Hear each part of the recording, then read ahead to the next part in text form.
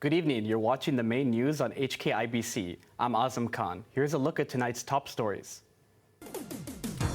China's top lawmakers decide to interpret the national security law. Tributes have been pouring in following the death of football legend Pele. And Cathay Pacific flight attendants threaten to take industrial action during the Lunar New Year. A bill to interpret the national security law has been passed by the Standing Committee of the National People's Congress. Beijing will interpret Article 14, which is about the duties and functions of the Committee for Safeguarding National Security. It will also interpret Article 47, which states that Hong Kong courts have to obtain a certificate from the chief executive to certify whether evidence in a case involves state secrets. This government had proposed that Beijing interpret the law to see whether overseas lawyers can represent clients in national security cases. This comes after the administration tried several times to stop British barrister Tim Owen from appearing for media mogul Jimmy Lai in his forthcoming national security trial.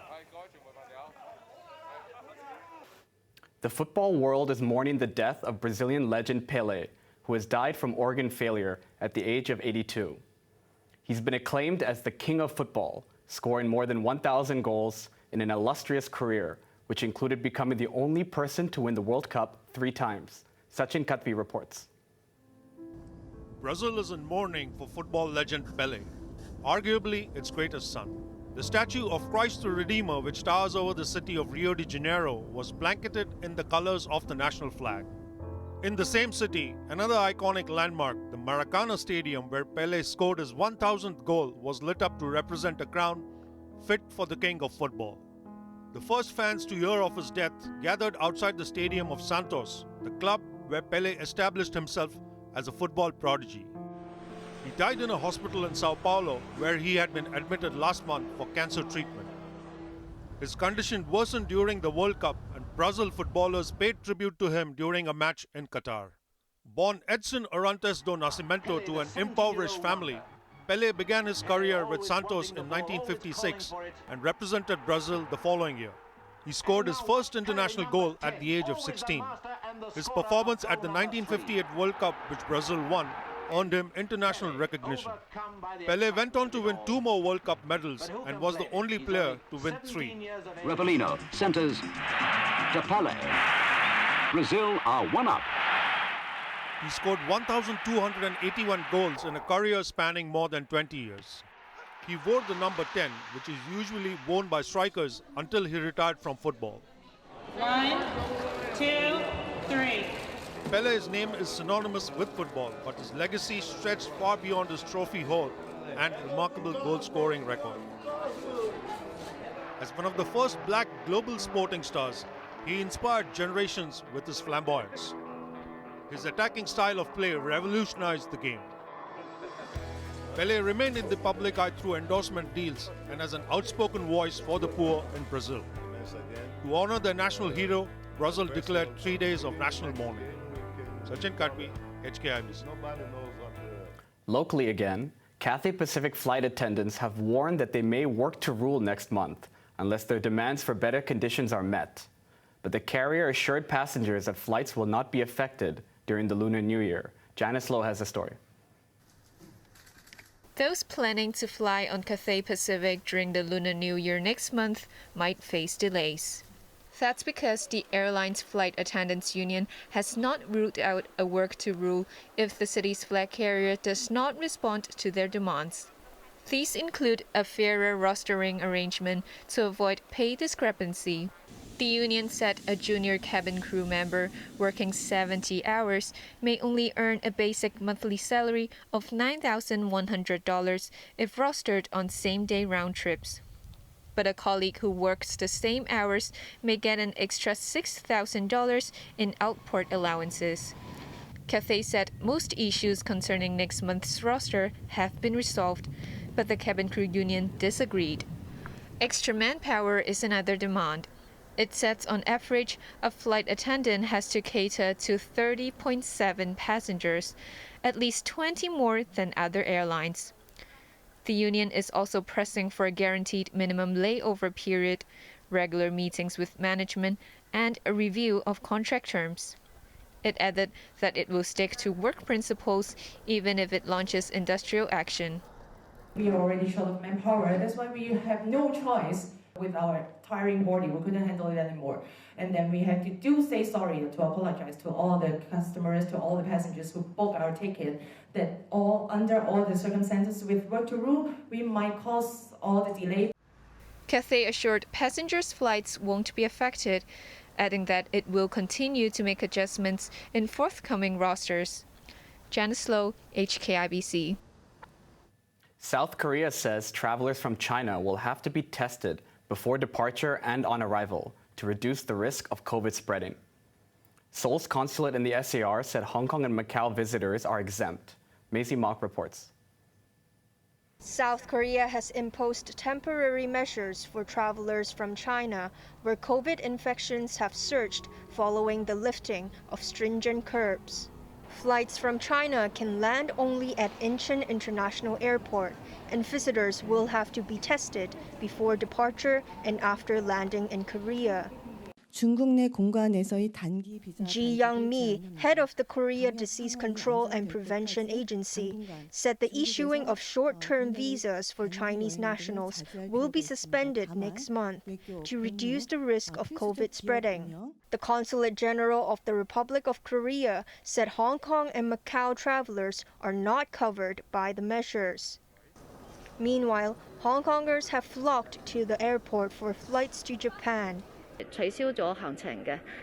This woman had thought of canceling her trip to Okinawa after Tokyo imposed restrictions on flights from the city earlier this week. But she was informed that she could fly after all. Japan had said Hong Kongers could enter the country through just 4 airports. That triggered an uproar and disrupted holiday plans. Japan made a concession yesterday by allowing flights to 3 more airports. EGL Tour Executive Director Steve Hyun said his company is trying to contact hundreds of people who canceled flights earlier to get them to rejoin tours.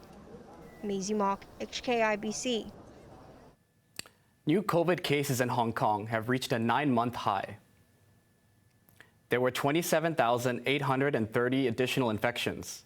All but 946 were local cases. Hospitals admitted another 711 COVID patients, taking the tally to 5,196. Another 72 patients succumbed to the virus, the highest number of fatalities since April. Police will close several roads and make special traffic arrangements tomorrow when the city prepares to welcome 2023. For operations like the New Year's Eve, we have conducted the risk assessments, and we will deploy sufficient manpower in accordance to the number of people and in different areas. And such as we will also have road closures so that we can maintain public safety, public order, so that the public can enjoy this festive season in a safe and orderly manner. Wan Chai, Central, and the Peak will be the most affected. Police are expecting huge crowds for the countdown at the Tsim Sha Tsui Promenade after almost 250,000 people turned up on Christmas Eve. Roads in East Tsim Sha Tsui will be closed at night. Drivers can only enter and leave the area through Science Museum Road. Overseas, the death toll in an inferno that swept through a casino complex in Cambodia yesterday has risen to 27. Search teams found 8 bodies today after combing through charred rooms. At least 20 more people are still missing. It's suspected that a short circuit caused the blaze, which gutted the Grand Diamond City Casino Hotel in Poi Phet, a town on the Thai border. Emergency teams from Thailand helped to fight the fire. Many of the victims were Thais, who are either patrons or staff of the casino. Israel's new ultra-nationalist government has taken office amid concerns that it plans to expand Jewish settlements in occupied Palestinian territory, will scuttle that already dwindling hopes for peace. while its staunchest ally, the United States, said it looked forward to working with Prime Minister Benjamin Netanyahu, it renewed calls for a two-state solution. Returning for his sixth term as Prime Minister, Benjamin Netanyahu was sworn as the head of the most right-wing and religiously conservative government in Israel's history. At his first cabinet meeting, the 73-year-old vowed to work for all citizens of Israel. He outlined his goals, top of which, he said, was stopping Iran. Cabinet members toasted the new era, but in the occupied West Bank, the mood among Palestinians was somber. Netanyahu's pledge to prioritize settlement expansion threatens to bury all hopes for peace. Experts say his policies could lead to domestic and regional turmoil, as well as strain relations with Israel's closest allies. But as Netanyahu remains on trial for corruption, which he denies, his choices of political allies were already limited. A vow for sweeping reform of the judicial system could help see his criminal charges dropped. His plans have sparked an unprecedented uproar across Israeli society, including the military, gay rights groups, and the business community. The United States has warned Israel against trying to annex parts of the West Bank. President Joe Biden said he will keep pushing for a two-state solution, which will give the Palestinians an independent country alongside Israel. British fashion icon Vivienne Westwood has died at the age of 81 in London. The fashion doyen was known as the Queen of Punk for her rebellious political activism. She revolutionized the punk style and took it mainstream. Westwood's fashion career began in the 1970s when her radical approach to urban street style took the world by storm. Her fashion house said she died peacefully, surrounded by her family.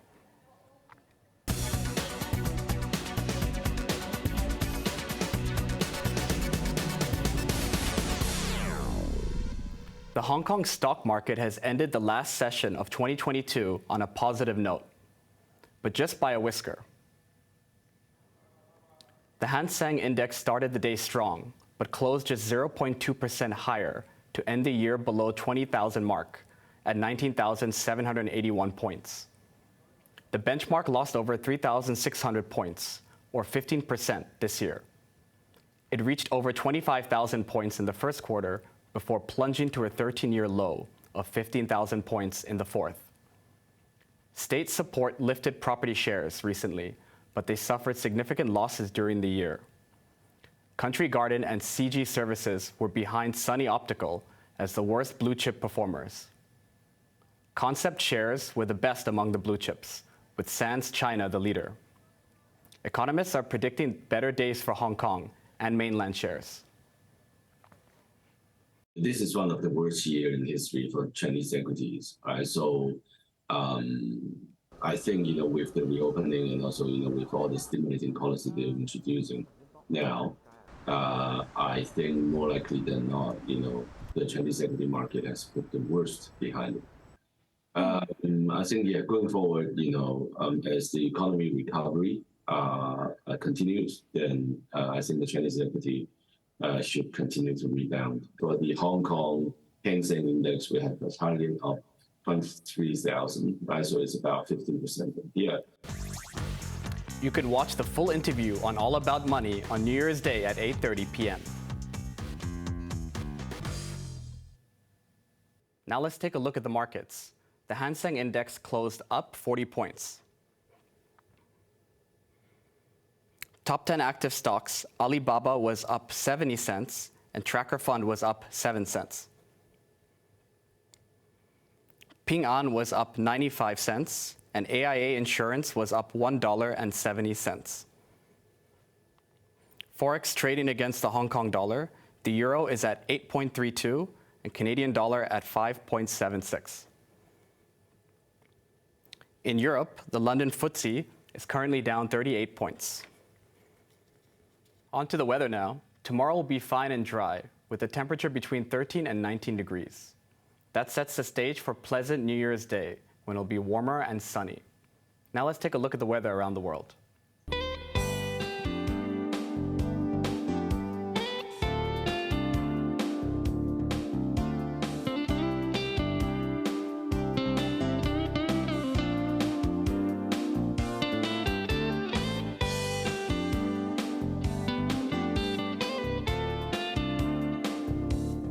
That's our main news for Friday night. Join us for more news at 11. I'm Azam Khan. Good night.